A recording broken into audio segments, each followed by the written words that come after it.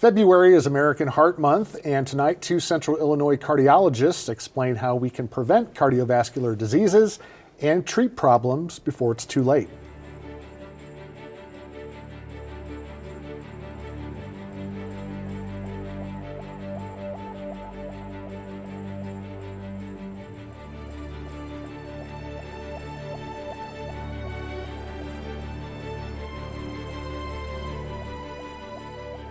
Good evening, and thanks for joining us for WTVP's Docs on Call. I'm Mark Welp. Heart disease is the leading cause of death in the U.S., with nearly 2,500 Americans dying from cardiovascular disease every day. The good news is most cardiovascular disease is preventable. Tonight we have Dr. Sudhir Mungee. He's an interventional cardiologist, and Dr. Marco Barzallo is a cardiologist. Both are with OSF HealthCare. Thank you, gentlemen, for coming in. Appreciate it. Yeah, it's a privilege. Well, first of all, let's talk about, what is heart disease for folks out there? What can we tell them about it? Either one of you jump in. Go ahead. So, it's a spectrum of problem, heart disease, but for our folks, the common entity is what we understand, heart attacks. Heart attacks is basically because of blockages in the heart arteries, which leads to symptoms of chest pain, heart attack, which can cause other problems that can lead to it, such as heart failure. Because when you have a heart attack, and if it's not treated in the right time frame, you can have loss of heart muscle. And loss of heart muscle leads to heart failure. It can also create scar in the heart, because when the muscle is kind of dead, because it's not getting enough supply of oxygen and blood, it can create scar. That scar can also cause electrical disturbances in the heart. So it's a plethora of problems. So what is heart disease? It's a combination of many things that can happen. It could be a plumbing problem of the heart, it could be an electrical problem of the heart, or it could be a pump problem of the heart. So, I think that's the best way I can explain what comes under the umbrella of heart disease. Sure. And doctor, when it comes to heart disease and the causes of it, what kind of percentage are we looking at in terms of, we are causing these problems by our bad habits, or maybe talk about folks that are born with heart issues? Well, there's a big separation of what are the risk factors of what cause heart disease. We have, as you mentioned, small percentage of people that were born with some sort of heart disease. But throughout the life, there are different types of heart problems that could present depending on many factors. One of those is family predisposition. And usually that's aligned with problems with the cholesterol or predisposition to have high blood pressure throughout the years. There's obviously lifestyle impact throughout all the decades of life. The ability for the heart to maintain its health, and all the management of diet, exercise, eat right. That is something that it's not has to be managed at age 40 or plus. It's something that will have to be managed from the early 20s, and that's the way to prevent. As we said, the good news is that it's prevention, and that's what we have to work in our community. I think in the last few decades, we kind of forgotten how important this is, and society unfortunately goes now and has many commodities, and those commodities make life easy, and life easy sometimes means that we don't do as many things that we used to do in the past that are actually healthy for our bodies. Sure. Yeah, if I may just add on to that, this is a common thing that it's a bad luck that you had heart disease. It's not a bad luck. It's lifestyle plus time. So if you have a poor lifestyle and that continues for a long time, that's when it can cause the heart disease. We typically are sitting more, moving less, and certainly not eating healthy diet. And you put that together, the CDC just came out. It's the obesity percentage prevalence is about 48%. Hypertension is about 42%. And diabetic or pre-diabetic state by itself is about 38%. And these are kind of the big threes when it comes to heart problems. Mm-hmm. So I think lifestyle is a huge problem, and we tend to kind of not talk enough about it, but we should talk more about it, without a doubt.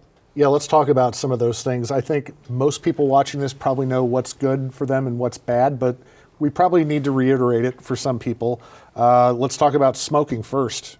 No smoking. That's the key. Smoking is probably single most risk factor, which is equal to having 3 risk factors. Smoking alone is equal to having 3 risk factors.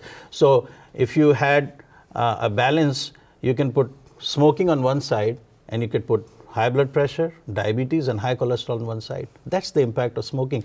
The good news is, when you stop smoking, your risk reduction is by more than 50% in less than 2 years.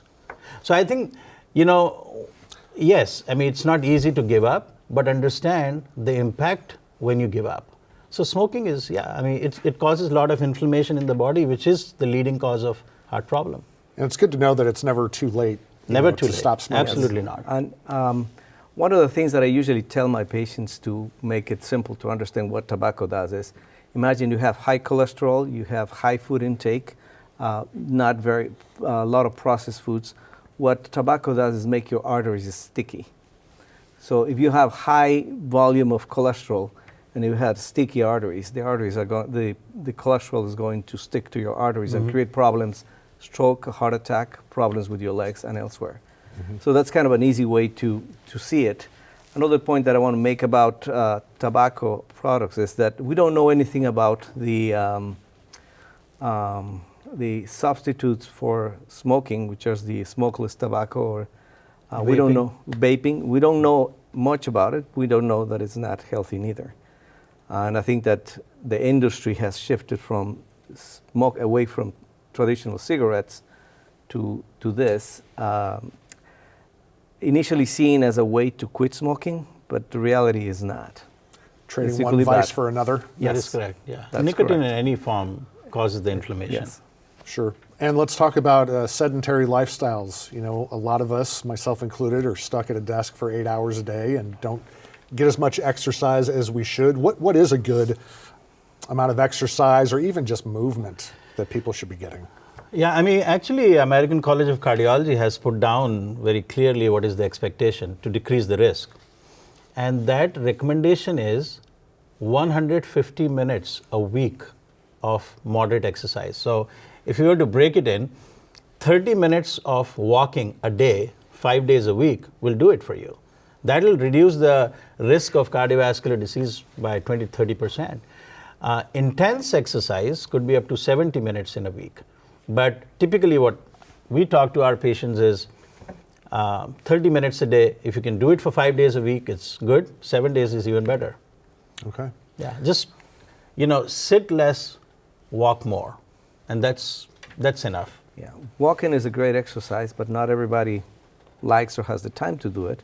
What I usually say to my patient is find something that you enjoy doing it, because consistency is important. Yes. You don't want to do it a month or 2 months after a certain commitment, but you want to do it for a prolonged period of time, and that's equally important.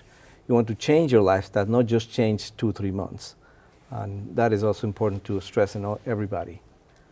Are there any kind of early detection tests for heart disease? I mean, a lot of times, people, it's too late. They have a heart attack and then they realize, oh, I have heart disease. But is there any kind of a test or any signs people should be looking for before something bad happens? Yeah, it's interesting you ask that, because I think the one is the big 3, which is get your blood pressure checked, know your cholesterol number, and know your sugars, blood sugar. And it's pretty clear out there that if your blood pressure is less than 120/80, that's good. If your hemoglobin A1C is less than 5.7, that's good. And if your bad cholesterol is less than 100, that's good. So that's the easy. That's just getting numbers done. Once a year is plenty. But what I really pay or let my patients know is everybody has a measuring tape at home. Measure the waist length, the waist size. If you are a male and your waist size is more than 40 inches, it's a risk. And if you're a female and the waist size is more than 35 inches, that's a risk. And we all know that obesity is a problem, but the bigger problem when it comes to heart disease is where the distribution of the fat is. So abdominal fat is way more atherogenic, more inflammatory to cause heart problems. So abdominal obesity is kind of the worst. That's why the importance of waist circumference. It's a bigger entity called as metabolic syndrome that we talk about. But these are simple things, the 3 things and a measuring tape, and you can define what is your risk over the next 10 years. Besides the measuring tape, should you be looking at BMI numbers too? Yeah, of course. Yeah.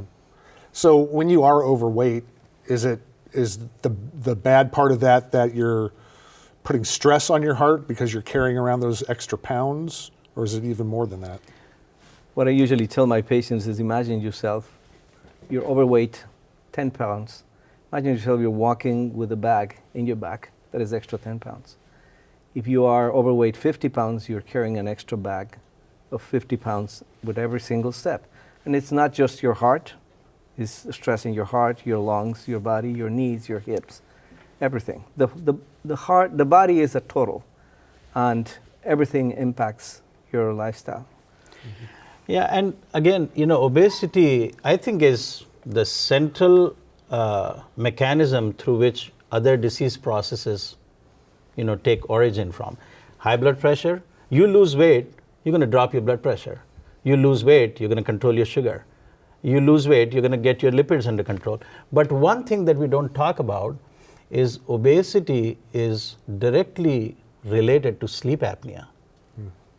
And sleep apnea, lack of 7 to 8 hours of sound sleep has been associated with cardiovascular disease. And so obesity at the same time is associated with sleep apnea. So if you don't have a restful sleep for 7 to 8 hours, that increases, the hormonal cortisol levels in the body. That's inflammatory too. So, we are going back to what are simple things to do, what is more important things to do of weight control, good sleep, good diet. And as Dr. Barzallo said, it's not just for a few months, that's the way you live. Yes. Unfortunately, the commodities of our modern life had make it difficult to really put that in. And I think in the past, you look at activity, it was integrated into daily lifestyle. Starting from a kid, all the kids walk to a bus to school. Now they probably don't walk more. Kids walk out, used to play outside. Now how many kids do that? They are in a TV or a phone. So yes, there are commodities, but with those commodities we have different type of problems. And less activity, more eating, more sedentary lifestyle, you eat more. And if you sleep less, actually you eat more. And that is another it just becomes a cycle, and it's very difficult to change. So it has to be a multitude of changes to be healthier. Let's talk a little bit about heart attacks. What should people be looking for in terms of symptoms? Is it different between men and women? Yeah, there are differences. One is women tend to have heart problems a little later in life compared to men, but they catch up pretty fast. And actually, the leading cause of death in women is heart disease. It's not cancer. You can put all cancers together and heart disease on one side. Heart disease is the leading cause of death in women. Typically, men have the symptoms of heaviness in the chest while they're doing something, break into a sweat or get pain in the arm, elephant sitting on the chest. Those are typically the symptom of an acute heart attack. Women, they tend to have more heart problems after their menopause because there is a protection of hormones while they're in the menstrual phase. But post-menopausal, they can have symptoms that may not be classic like men. They may just say jaw pain or a back pain or just fatigue or feeling like may throw up. So we call them not very classic anginal kind of symptoms, but in the right setting, they could be the warning sign of a heart attack. And if you feel like you are having a heart attack, doctor, besides getting to the hospital as soon as possible, is there anything else people can do in that short time period? Well, obviously, you have to try to get as soon as possible to a healthcare facility. But, a baby aspirin seems to be helpful in the early stages of any acute acute event. But not all the other things probably are. Locally, we have a good system that usually tends to take the people rather quickly to facility. But apart from a baby aspirin, I don't think there's anything in that particular time that needs to be attention. Once you get to the hospital, obviously there are multiple of things that need to be done. But yes, call 911 as soon as you have any suspected symptoms of that. That's probably have to be the number one thing to do. Don't drive yourself. Don't drive yourself. Yeah, or don't drive somebody else. Yes. Call the ambulance. Yes. Sure. Yeah. Call the ambulance. You mentioned baby aspirin. Tell us exactly how that helps. And I know in the past, cardiologists and physicians have prescribed that to people to take a baby aspirin every day. Is that still something that's done? Well, I mean, that's a big topic, but baby aspirin uses for primary prevention versus somebody who has heart disease is a whole different ballgame. Aspirin, what it does, I mean, you have to understand that it's like you have a normal tissue in the artery of the heart, and suddenly there is a small disruption. That disruption just makes the artery become very angry, and all the blood factors which cause clot, they tend to form a clot at that spot. And what aspirin does, especially the chewable aspirin, it'll reduce the progression or formation of that clot. I think that is the message to be given. The earliest symptoms, if you have, the taking of aspirin may delay the progression of clot formation. And I think that is the first thing that could be done while the EMS is arriving or you're getting to the hospital. Sure. We have a lot of good cardiology programs here in Central Illinois, and I know at OSF HealthCare, you've got something called TAVR, which is the transcatheter aortic valve replacement. Just did your 2000th. Tell us about that and why it's a big deal for patients. Well, over the past 15 years probably, there has been a dramatic change in how we deliver care for patients that have valve disease. We're switching topic a little bit. We're talking about blood flow to the heart. Now we're talking about the valves that are in the heart are part of the structure of the heart. The heart has 4 valves, and over the last decade and a half, there has been a switch to repair those valves that are part of heart disease too, or replace those valves via percutaneous means, meaning without having to do open heart surgery. So TAVR was originally developed, and TAVR stands for transcatheter aortic valve replacement. And now we are working on replacement percutaneously of all the other valves of the heart, but this is the one more prevalent, especially in adult people. It was developed originally with the idea that there's a lot of people that needed the valve replaced, but could not get it because they are inoperable or too high risk for surgery. So that was the original idea, and slowly has become approved for people that had less risk. Now we have this is a comparable result to what traditionally has been open heart surgery, without the trauma in the body, which means an open heart surgery. So that's why this technology has allowed us to take care of people that in the past we couldn't take care of, and allow us to take care of a good percentage of the population that now develops this at late stages in life that are not ideal candidate for surgery. And even if they are candidate for surgery, they are candidates to get this type of therapy too. Mm-hmm. Yeah, I mean, all these valve problems come under the umbrella of structural heart intervention. So when you have aortic stenosis, as Dr. Barzallo mentioned, the blood is not going out of the heart, people get short of breath, or they get chest pain, or they can just pass out. The only option was open heart surgery, and now, we go from the leg artery, do the valve, and patients go home the next day. Then came the mitral clip, which is for the mitral leakiness. It's on the top upper chamber. And then the tricuspid is on the right side. So all these valvular procedures, which otherwise only were to be done by open heart surgery, are now done percutaneously through a catheter. And we started this project, first patient was actually December 12, 2012, here in Peoria. And so now, We have done 2,000 of aortic valves, more than 150 of mitrals. And, we must say that it's been quite a journey. A lot of team that is needed, imaging specialists, surgical specialists, cath lab technician staff, a lot of support. It takes a village to get where we are with this now.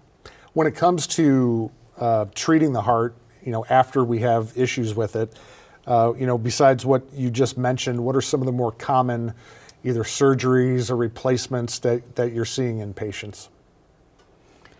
Meaning common problems that we Yeah, are seeing? yeah. Well, one thing is percutaneous interventions have certainly reduced, the number of surgeries that were done before, but still we have a very comprehensive surgical program which performs open heart surgeries, LVAD and transplant. We are a transplant center here in Peoria.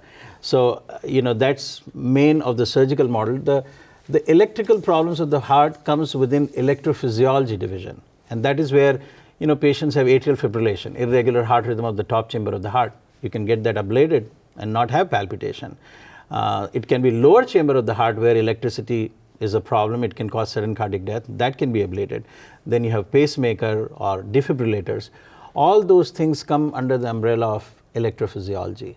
So I would say,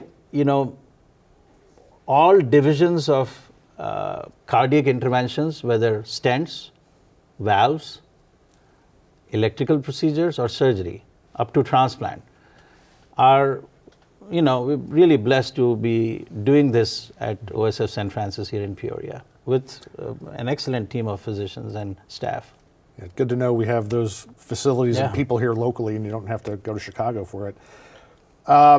When someone does have a heart attack, you hear about heart attack, you get scared, but you also hear about mild heart attacks, you hear about widowmakers. When someone does have a heart attack, what is their life like afterwards in terms of, if they survive the heart attack, rehabilitation and getting back to whatever normal may be for them? Well, I would say that, there's a little difference between a big heart attack and a small heart attack, but every heart attack could be potentially dangerous. The degree of insult to the heart attack is the heart feeds by blood. The blood is supplied by arteries. The heart has 3 major arteries. So if you have one of those arteries blocked, all the area of the heart that is not getting blood is at jeopardy. The faster you open that blood vessel, the better the outcome. And the larger the artery that has the insult, the larger the heart attack could be. So time is extremely important when you have a heart attack, especially if it's a large artery. And that's what the people commonly say is a widowmaker. The idea of having a fast treatment, we say time is muscle, is the shorter the amount of time from the moment the patient start having chest discomfort to the diagnosis or to open that artery, the better the outcome. And the goal for all of us is to get that person that had a heart attack, to get him back to live exactly the same type of life, if not even better than what it was before. So it's could be a scary moment to have a heart attack, but it could be a life-changing moment, a moment for that patient to be more aware of his risk factors, be more aware of diet, exercise, be compliant with his medications, with his follow-ups, and see that the heart attack is not a near-death experience, but it's a life-changing experience to live better. The overwhelming majority of the people that have heart attacks actually recover and go back to their normal lives, depending on what they need. But normal lives, they will be on a certain amount of medications that will be necessary in the future. But I would say that the quality of life should get close to what it was or better. A big wake-up call, that first heart attack, Yes. I'm sure. Well, gentlemen, I appreciate you coming on today, and it's good to know that we have, again, cardiologists in these facilities and all these treatments here in Central Illinois, but I guess the big thing is to try and not get to the point where you need them. Yeah, Absolutely. No. I read a very interesting one-liner is that genetics loads the gun, but it's the lifestyle that triggers it. So lifestyle is in our hand, and we can avoid to trigger it, and don't come and see us for that, right? So I think we'd be happy with that. All right. Well, Dr. Sudhir Mungee and Dr. Marco Barzallo, both cardiologists with OSF HealthCare, thank you very much for all your tips. We appreciate it. Thank you very much. Thanks. All right, and thank you for joining us. You can watch the show again and share it at WTVP.org. And you can find out about future show topics on our Facebook and Instagram pages. As always, we want to know your questions and topic suggestions. You can message me on social media or leave a comment. Thanks for watching, and take care of yourself and your family.